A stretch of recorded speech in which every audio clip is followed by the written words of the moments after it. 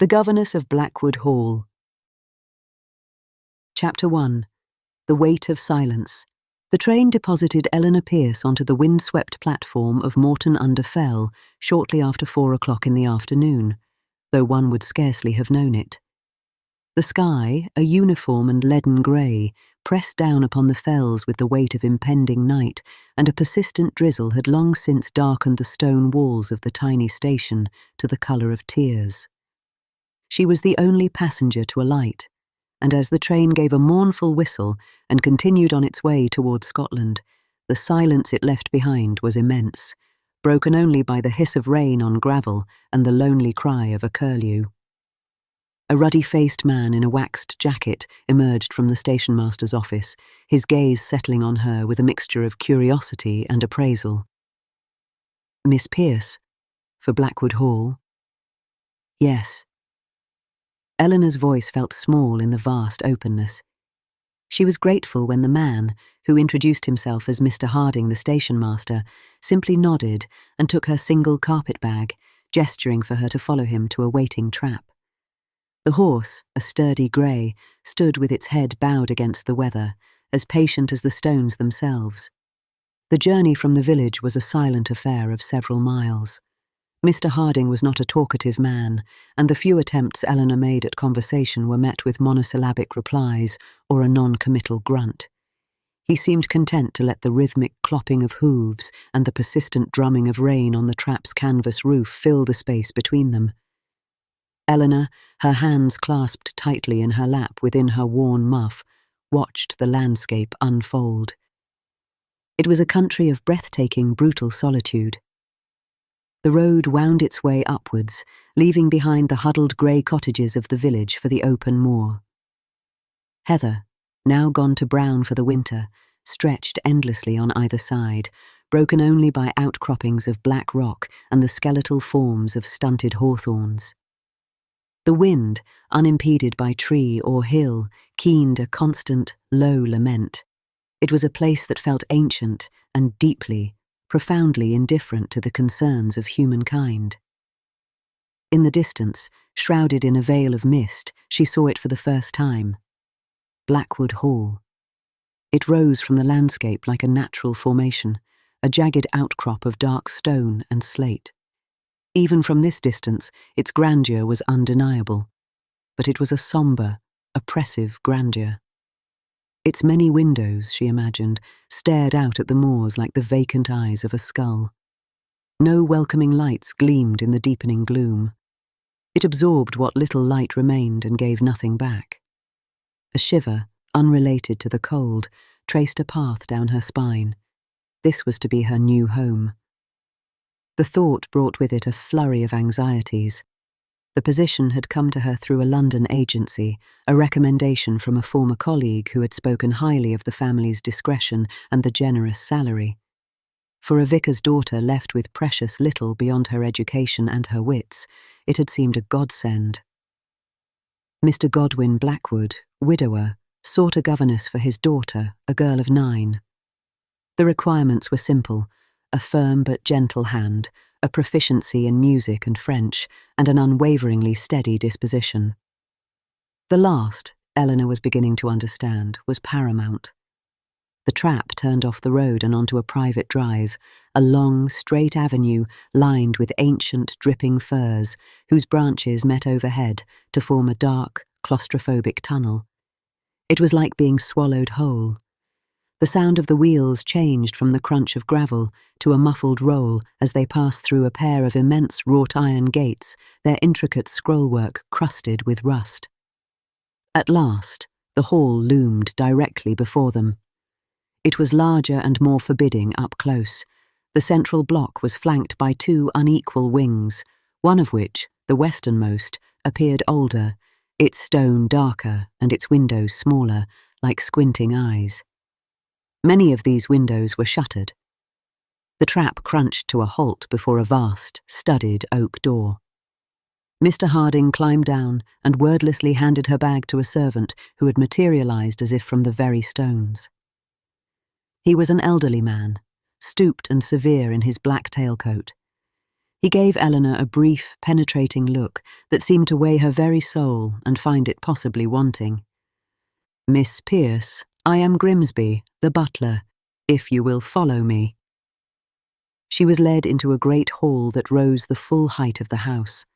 A vast fireplace, large enough to stand in, was cold and dark. A wide staircase with a carved banister swept upwards into the shadows. The air was chilled and held the faint, dusty scent of age and tapestries.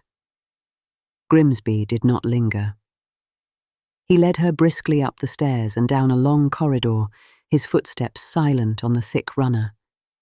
He paused outside a door on the first floor, in the newer eastern part of the house. "Your room, Miss Pierce. Mrs. Wickham, the housekeeper, will attend to you shortly. Dinner is at 7:30. You will dine with the master tonight." He gave a slight bow and was gone, leaving her alone with her carpet bag in the profound silence of the corridor. The room was modest but comfortable, with a small fire already lit in the grate, fighting a losing battle against the pervasive chill. A single window looked out not onto the moors, but onto a walled kitchen garden, grey and dormant under the rain.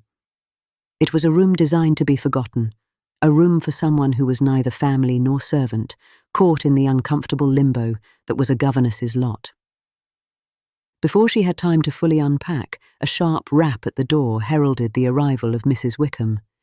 The housekeeper was a plump, bustling woman with unnervingly sharp eyes that missed nothing.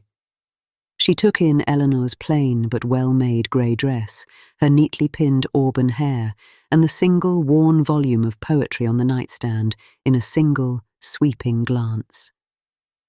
"Welcome to Blackwood Hall, Miss Pierce," she said, her voice a practised mix of warmth and authority. "I trust your journey was not too trying. The trains from London can be wearying." Without waiting for an answer, she continued, her hand smoothing her already immaculate apron. "I've come to give you the particulars. Miss Annabel takes her breakfast at 8 in the schoolroom. You will oversee her lessons until luncheon, and then again from 2 until 4. After that, her time is her own. She is a quiet child, very like her father." "Her mother," Eleanor began, tentatively. Mrs. Wickham's face closed like a door. "The late Mrs. Blackwood passed 2 years ago, a terrible tragedy." The words were clipped, final. "Now, as for the household, there is myself, Grimsby, cook, and 3 maids. We are a small, efficient staff. The master values privacy. He does not entertain. You will find it a quiet life, Miss Pierce." Her gaze hardened slightly. "We all value our privacy here, and our discretion." Eleanor felt the warning as clearly as if it had been spoken aloud. "I understand, Mrs. Wickham. I have come to teach, not to pry." A flicker of something, approval perhaps, crossed the housekeeper's face. "Very good. Now I will leave you to rest before dinner. I shall send a maid to fetch you at 1/4 past the hour." Left alone again, Eleanor sat on the edge of the narrow bed, the silence of the house pressing in on her. It was not a peaceful silence. It was a held breath, a silence of things unsaid and carefully hidden. The warning from Mrs. Wickham, the butler's assessing stare, the way the very house seemed to turn its back on the world, it all coalesced into a knot of unease in her stomach. It was a knot that tightened when, a few hours later, freshly changed into her best evening dress of dark blue serge, she was led by a housemaid down to the dining room. The dining room was a cavernous space, panelled in dark wood and lit only by a single heavy chandelier and the fire that roared in the immense grate. The table, long enough to seat 20, was configured for 2 at one end, the distance between the place settings a stark monument to the emptiness of the hall. And at the far end, standing with his back to the fire, a glass of whiskey in his hand, stood Godwin Blackwood. He was not what she had expected. She had braced herself for a ghoulish figure, a monster of Gothic fiction. He was, instead, a man in his late 30s, tall and lean, with dark hair that showed a trace of grey at the temples. His face was all sharp planes and angles, a study in shadows cast by the firelight. It was a handsome face, but one etched with a weariness that went deeper than mere fatigue. His eyes, the colour of a winter sea, fixed on her as she entered, and she felt the full force of their scrutiny. It was not an unkind look, but it was profoundly searching. "Miss Pierce," he said, his voice a low baritone that matched the sombre elegance of the room. "Welcome to Blackwood Hall. I trust your room is comfortable?" "Very comfortable, thank you, Mr. Blackwood," she replied, her voice steady despite the flutter in her chest. She moved towards the table, and he gestured for her to sit. The meal was served by a silent Grimsby. It was exquisitely prepared, a clear soup, a fillet of sole, a cutlet of lamb, but Eleanor found she could barely taste it. The conversation was stilted, a careful dance around vast, unseen chasms. He asked about her journey, her previous position, her approach to teaching. She answered honestly, all the while feeling the weight of his gaze. He was polite, even courteous, but there was a profound distance in him, as if he were observing her from the far side of a wide, frozen lake. The silence stretched. Emboldened by the need to fill it, she ventured, "It is a beautiful part of the country, Mr. Blackwood. Wild, but with its own stark beauty." He looked at her then, a flicker of something other than polite interest in his eyes. "Is that what you see? Beauty?" He glanced towards the tall, uncurtained window where the darkness was absolute. "Most see only desolation, a place to be fled." "I have never been one for the fashionable world, sir," she said quietly. "I find there is a truth in such places that cities lack. They do not pretend." He was silent for a long moment, studying her as if she were a puzzle he had not expected to encounter. "Truth," he repeated, the word tasting like ash in his mouth. "A rare commodity, Miss Pierce. You will find little of it here." The words hung in the air, heavy with implication. Before she could respond, Grimsby appeared to clear the plates. The moment was broken. The rest of the meal passed in near silence. As she rose to leave, he stood as well. "I hope you will be happy here, Miss Pierce," he said, and for an instant the mask of weary courtesy slipped, revealing something raw and vulnerable beneath. "My daughter. She needs kindness. She needs someone who will not be afraid." It was a strange thing to say. Why should she be afraid of a child? Before she could ask, he gave a curt nod and turned back to the fire, the conversation clearly at an end. As she made her way back up the vast, shadowed staircase, a maid passed her with a murmured, "Good night, miss," her eyes downcast. A footman she had not seen before stood motionless in a recessed doorway, his gaze following her for a moment before sliding away. They were everywhere, these silent watchers. She felt their eyes on her, felt the weight of their unspoken judgments.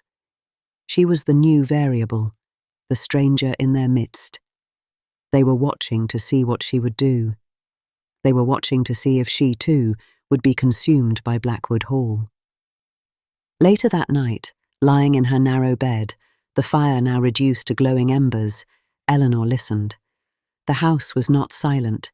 It breathed. It creaked and groaned as the old timbers settled. The wind hissed around the window frame. And from somewhere far off, in the depths of the house, she heard it. A faint, melodic sound. It was so faint she thought at first it was the wind. But then it came again. A fragment of a scale, a single, clear note struck on a piano. It came from the direction of the west wing, the locked wing. She pulled the covers tighter around her chin, her heart beating a slow, heavy rhythm against her ribs. The silence of Blackwood Hall, she realized, was not empty. It was full of whispers. Chapter 2. The Child and the Corridor. Morning brought no relief from the previous day's oppressive weight. If anything, the weak, milky sunlight that filtered through the schoolroom windows only served to make the dust motes visible, dancing in the air like imprisoned spirits. Eleanor arrived promptly at 8 to find a small, pale girl already seated at the table, a slice of untouched toast on the plate before her. Annabel Blackwood was a creature of unnerving stillness. She had her father's dark hair, pulled back in 2 severe plaits, and eyes that were a startling pale grey, almost colourless, like the winter sky. She did not look up when Eleanor entered. "Good morning, Annabel," Eleanor said softly, taking the seat opposite her. "I am Miss Pierce." The girl's eyes lifted then, and Eleanor felt the full force of their quiet appraisal. It was the same searching look his father had given her, but in a child, it was far more disconcerting. It was the look of someone who had learned to be cautious. "Good morning, Miss Pierce," Annabel replied.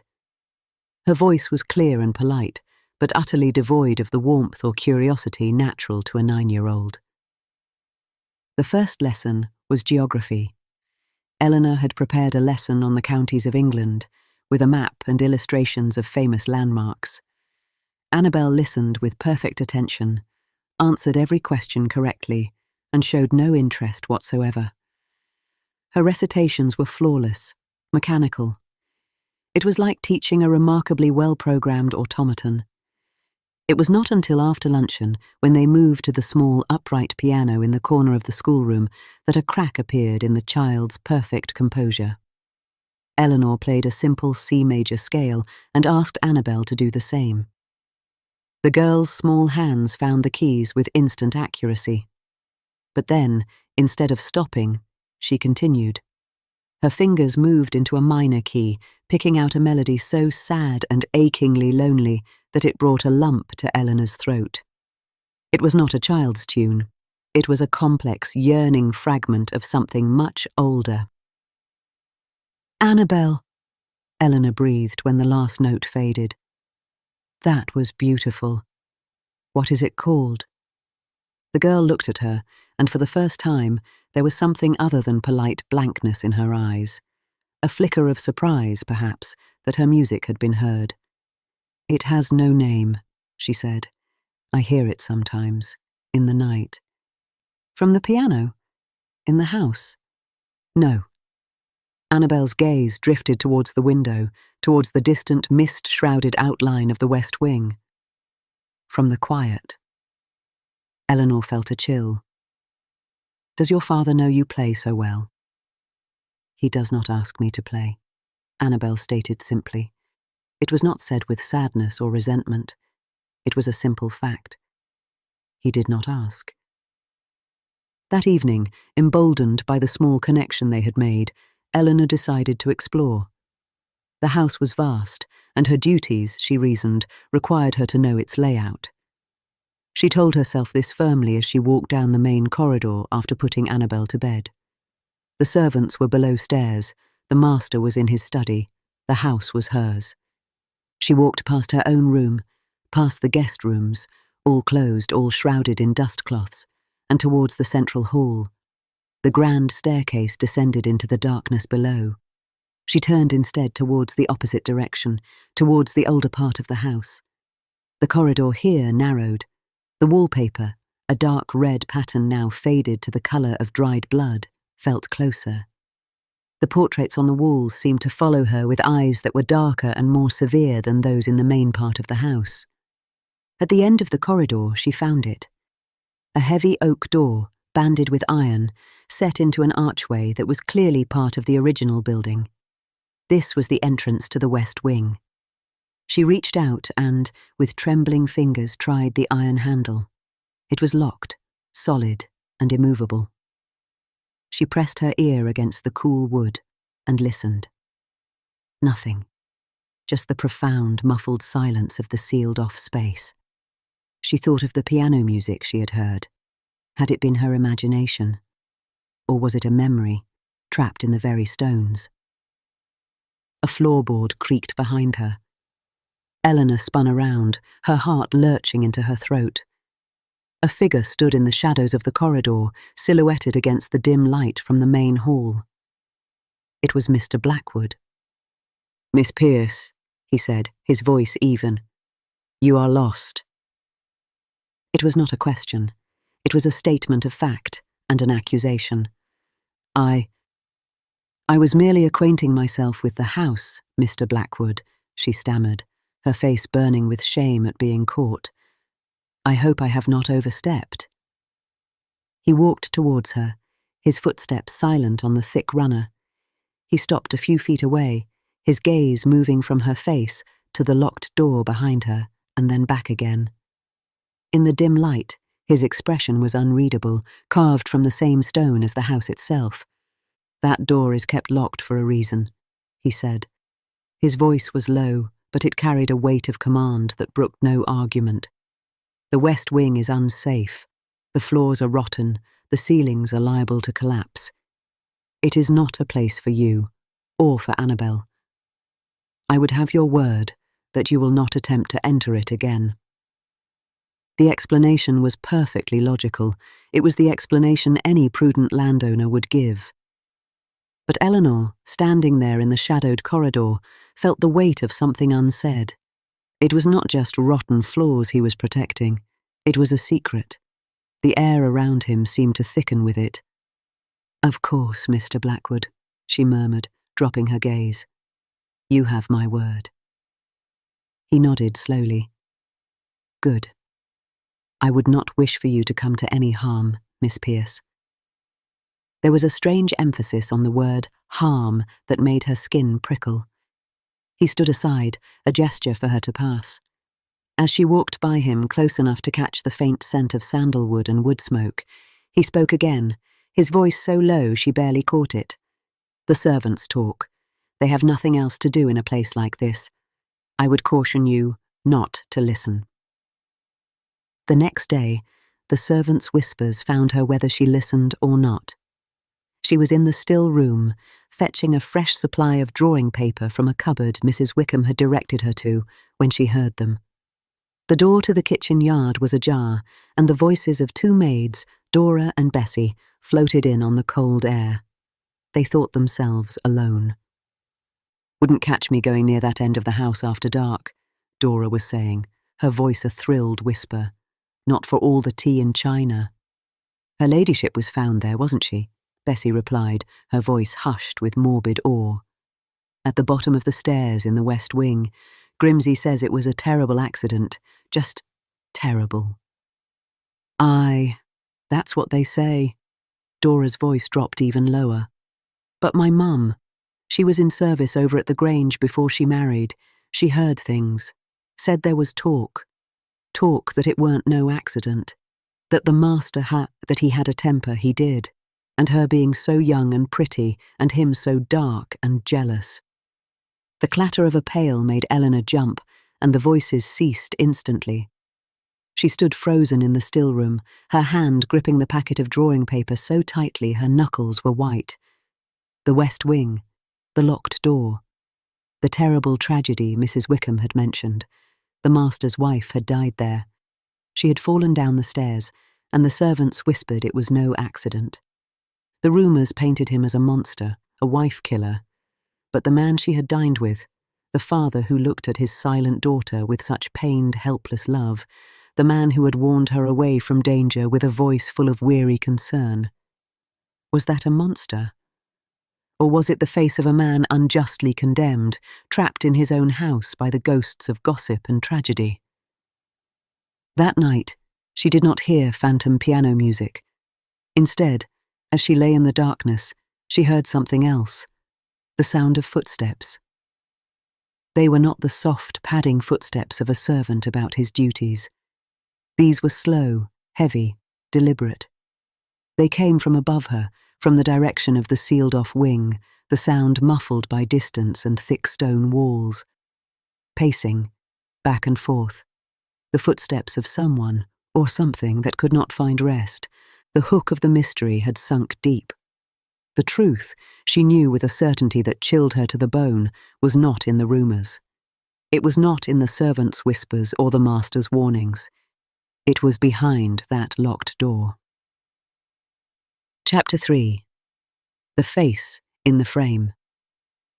The days at Blackwood Hall fell into a sombre rhythm, a monotony that was itself a form of suspense.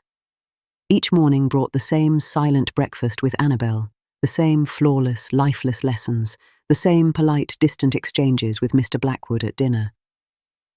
But beneath the surface calm, Eleanor's mind was a churning sea of questions. The footsteps continued, a near-nightly occurrence, always from the direction of the west wing. They were not the furtive scuttling of rats or the settling of old timbers. They were the measured tread of a human being. She became an expert in its nuances, the quick, agitated pace of some nights, the slow, despondent drag of others. Who or what walked in that sealed-off tomb? The silence from the master of the house was equally telling. Their dinners were now peppered with long, uncomfortable silences. He would look at her, sometimes, as if on the verge of speaking, of confessing something, but the moment would pass, and he would retreat back into his fortress of reserve. The weight of the servants' scrutiny grew heavier. They watched her with a new intensity, their glances sharper, their whispers more frequent. She was no longer just the new governess. She was a potential confidant or a potential threat. She had been seen near the west wing. She had been warned by the master. She was now a player in their silent drama. It was Annabel who unwittingly became Eleanor's most crucial and most unsettling source of information. One grey afternoon, as they sat by the fire in the schoolroom, the child was drawing. Eleanor glanced at the page and felt her blood run cold.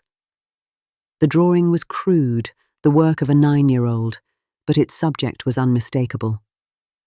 It was a woman lying at the bottom of a staircase. Her limbs were splayed at unnatural angles, and her face was a simple oval, empty of features, yet somehow conveying an expression of profound shock. "Annabel," Eleanor said, keeping her voice carefully neutral. "Tell me about your drawing." Annabel looked up, her pale grey eyes clear and untroubled. "It is the lady," she said. "What lady?"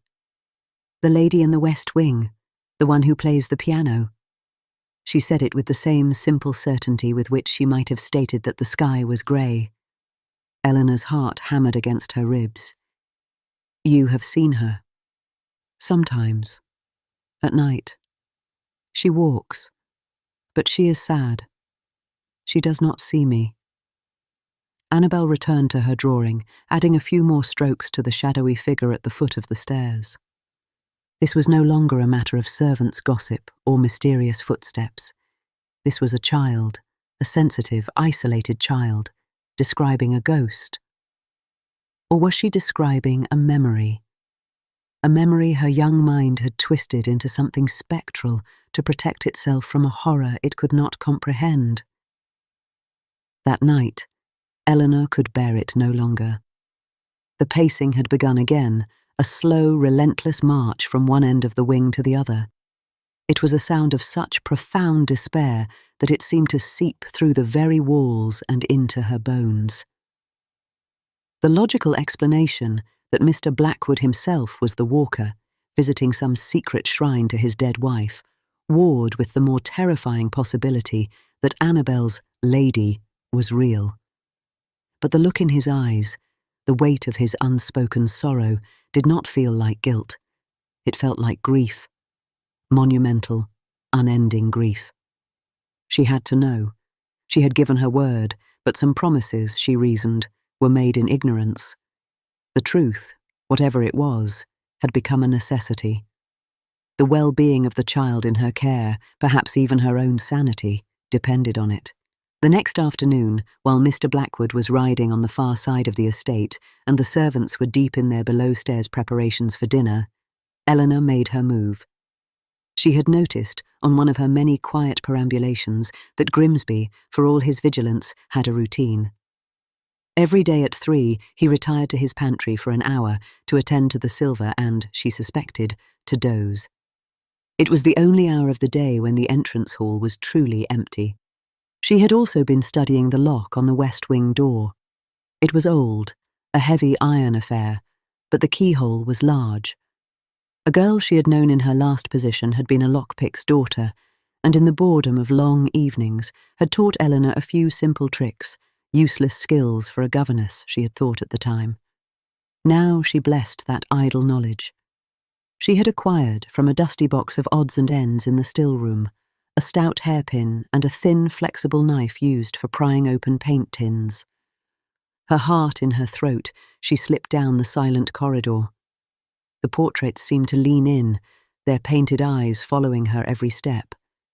She reached the door, her hands trembling so violently she could barely insert the hairpin into the keyhole. She closed her eyes, forcing herself to breathe, to remember the girl's instructions. Feel for the levers, Eleanor. It's not force, it's touch. It's a conversation with the lock asterisk. She probed and twisted, the metal scraping against metal.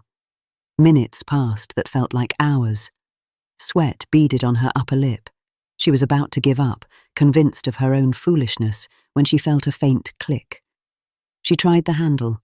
The door swung inward on silent, well-oiled hinges. A wave of cold, stale air washed over her, carrying the scent of dust, lavender, and something else, a faint, cloying sweetness she could not identify. Before her stretched a corridor that was a mirror image of the one she stood in, but frozen in time. The carpet underfoot was a deep, unfaded crimson. The walls were hung with a delicate floral paper. A small table held a vase of dried flowers, their petals crumbling to dust. This was not a derelict, rotting wing. It was preserved. It was a mausoleum. She moved forward, her footsteps sounding unbearably loud in the profound stillness. The first door she came to was ajar. She pushed it open gently. It was a bedroom, a woman's bedroom. A lace-trimmed nightgown was laid out on the bed, as if waiting for its owner to return.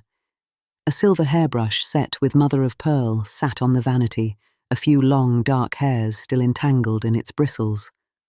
On the nightstand, a book of poetry lay open, as if placed there mid-sentence. It was a room waiting for a life that would never resume.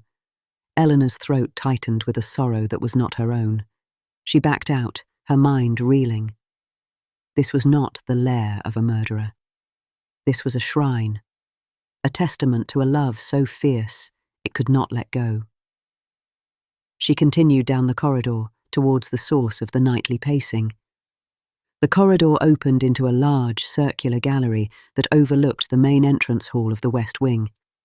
And there, in the centre of the gallery, standing before a full-length portrait almost as tall as herself, was a figure.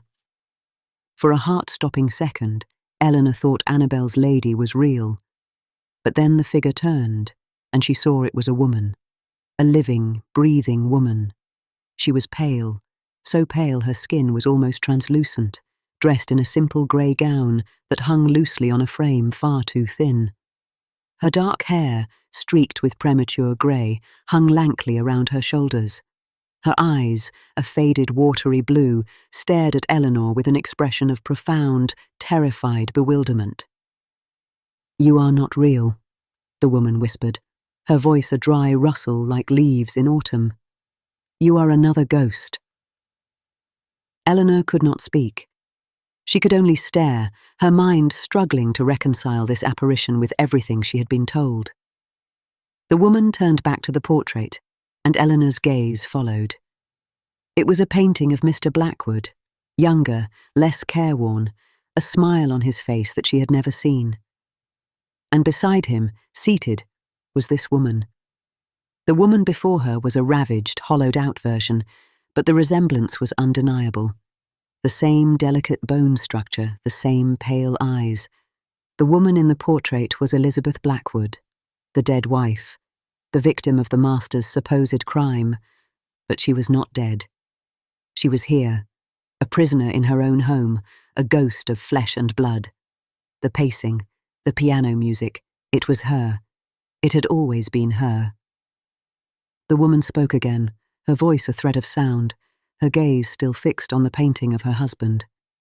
"He keeps me safe," she whispered, a faint, sad smile touching her lips. "He keeps the world away. He says it is for the best. He says I must not be seen. He says I am not well."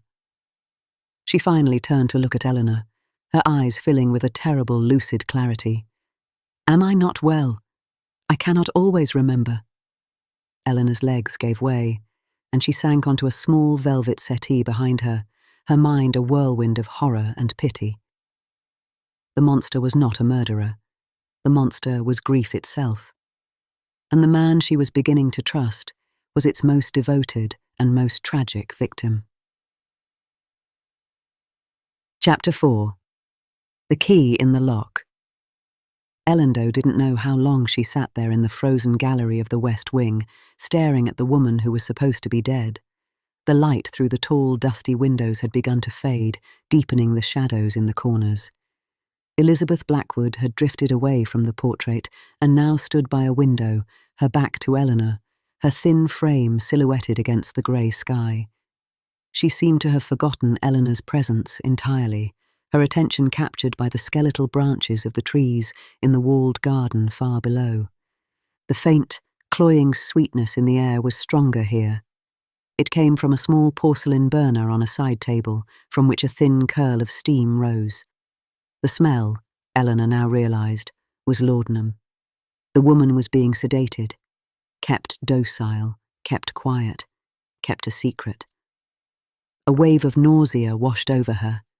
This was the truth hidden behind the locked door. A woman, broken by some unknown tragedy, perhaps the fall Annabel had drawn, a fall that had not killed her body but had shattered her mind, was hidden away like a shameful family secret. The servants' whispers of murder were a twisted version of the truth. There had been no killing, but there was a kind of death. And there was a prison, albeit a gilded one, furnished with lavender and lace and the ghost of a life. But why? Why this elaborate charade? Why let the world believe she was dead? The answer came to her as she looked at Elizabeth's vacant, drifting form. To protect her. From the cruel curiosity of society, from the stares and the whispers that would follow a woman whose mind had fled. To protect Annabel from a mother who might not recognise her, who might be a source of terror rather than comfort. And perhaps, to protect himself. Godwin Blackwood could not bear to share his grief with the world. He could not bear the pity or the suspicion. So he had built this mausoleum, entombed his still living wife within it, and entombed himself in the role of the brooding, guilty widower. The sound of a heavy footstep in the corridor behind her shattered the stillness. Eleanor shot to her feet, her heart lurching. She turned to face the doorway.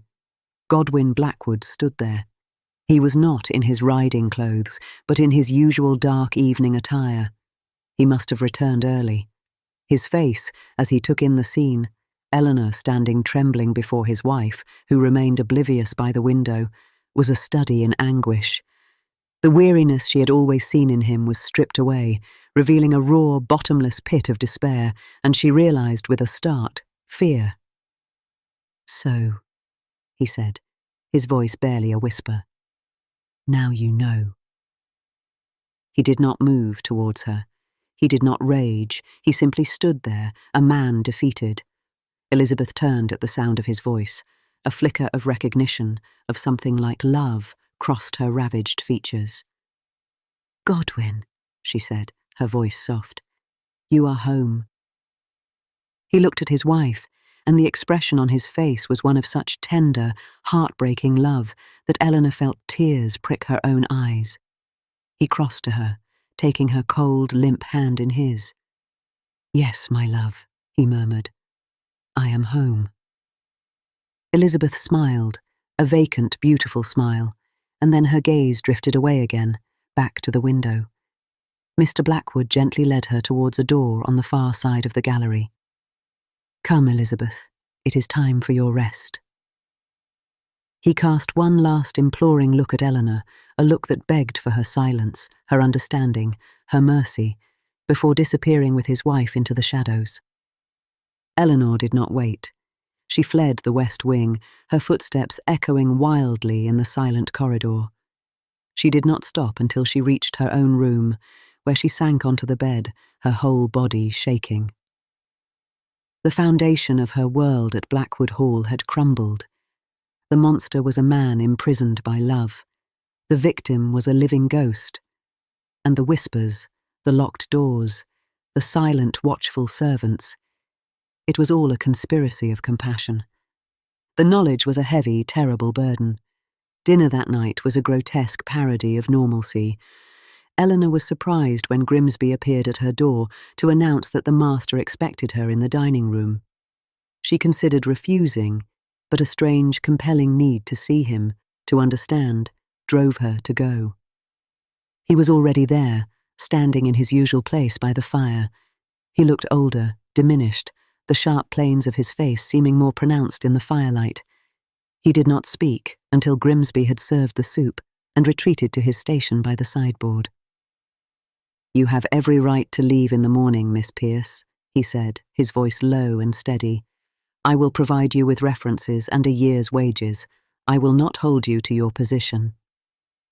Eleanor looked at him. The soup sat untouched before her. "Why?" she asked, the single word holding a universe of questions. "Why the deception? Why the prison? Why the suffering?" He understood. He set down his glass and stared into the fire. "She fell," he said, the words coming slowly, painfully. 2 years ago, she was everything to me. Bright, vivacious, full of laughter. She was carrying our second child. She went to the West Wing to fetch a book from the library there. We don't know what happened. A loose stair rod, a dizzy spell. She fell the entire flight. She did not die, Miss Pierce, but the child was lost, and her mind was lost with it." He paused, his jaw working. "For months, she was like a wild thing, terrified of everyone, of everything. She did not know me. She did not know Annabelle. The doctors spoke of asylums, of locking her away with strangers, with cruel attendants. I would not." He finally looked at Eleanor, his eyes blazing with a fierce, protective light. "So I created this. A world where she could be safe, where she could be peaceful. The world thinks she is dead. It was easier. No questions, no pity, no threat of her being taken from me. The servants who know are the ones who love her. They help me care for her. They have kept our secret." His voice broke.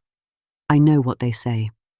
I know the whispers, that I killed her, that I am a monster. I have let them believe it. It is a small price to pay to keep her safe.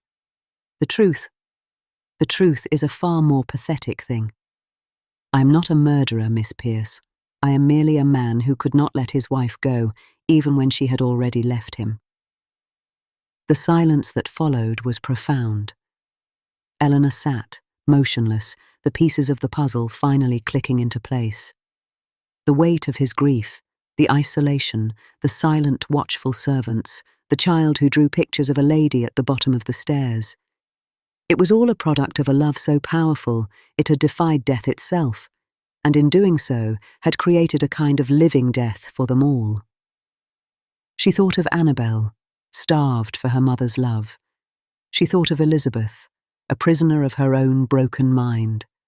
And she thought of this man who had sacrificed his reputation, his freedom, his very sanity, to build a fragile, secret world for the woman he loved. Slowly, she picked up her spoon. "The soup will get cold, Mr. Blackwood," she said quietly. He looked at her, a flicker of disbelief in his eyes. "You are staying?" "The truth," she said, "is a sadder story than the lies. But it is also a braver one." She met his gaze steadily. "Annabelle needs more than a governess. She needs someone who understands. And you, Mr. Blackwood, you need someone who does not believe you are a monster." It was not a declaration of love. It was too soon, and the wounds were too raw for that. It was, instead, a declaration of trust. The first, tentative bridge across the chasm of suspicion and silence that had separated them. Later that night, Eleanor stood by her own window, looking out at the moonlit moors. The wind had dropped, and a profound stillness lay over the land. For the first time since her arrival, she was not listening for phantom footsteps. And for the first time, from the direction of the West Wing, She did not hear pacing. Instead, faintly, beautifully, she heard the piano. It was the same sad, nameless melody Annabel had played. But this time it was not a fragment. It was a whole, complete song, played with a skill and a tenderness that brought tears to her eyes. It was Elizabeth, playing, remembering. A moment later, she saw another light go on in the west wing, the window of the gallery. A tall, dark figure moved to stand beside the piano. Godwin had gone to her. The music continued, a duet of two souls, one lost and one who refused to let her go. Eleanor turned from the window. The silence of Blackwood Hall was no longer oppressive. It was a sacred, held-breath silence. The house was no longer a prison. It was a sanctuary. And she, the governess who had come seeking a position, had found something far more valuable, a key, not to a locked door, but to the human heart. She had found a place where the greatest monster was grief, and the greatest hero was a love that refused to die. The end. If you've enjoyed this story of love, redemption, and quiet courage, don't forget to like, subscribe, and ring the bell, so you'll be the first to hear our next Regency romance on the Regency Gazette channel. Thank you for listening.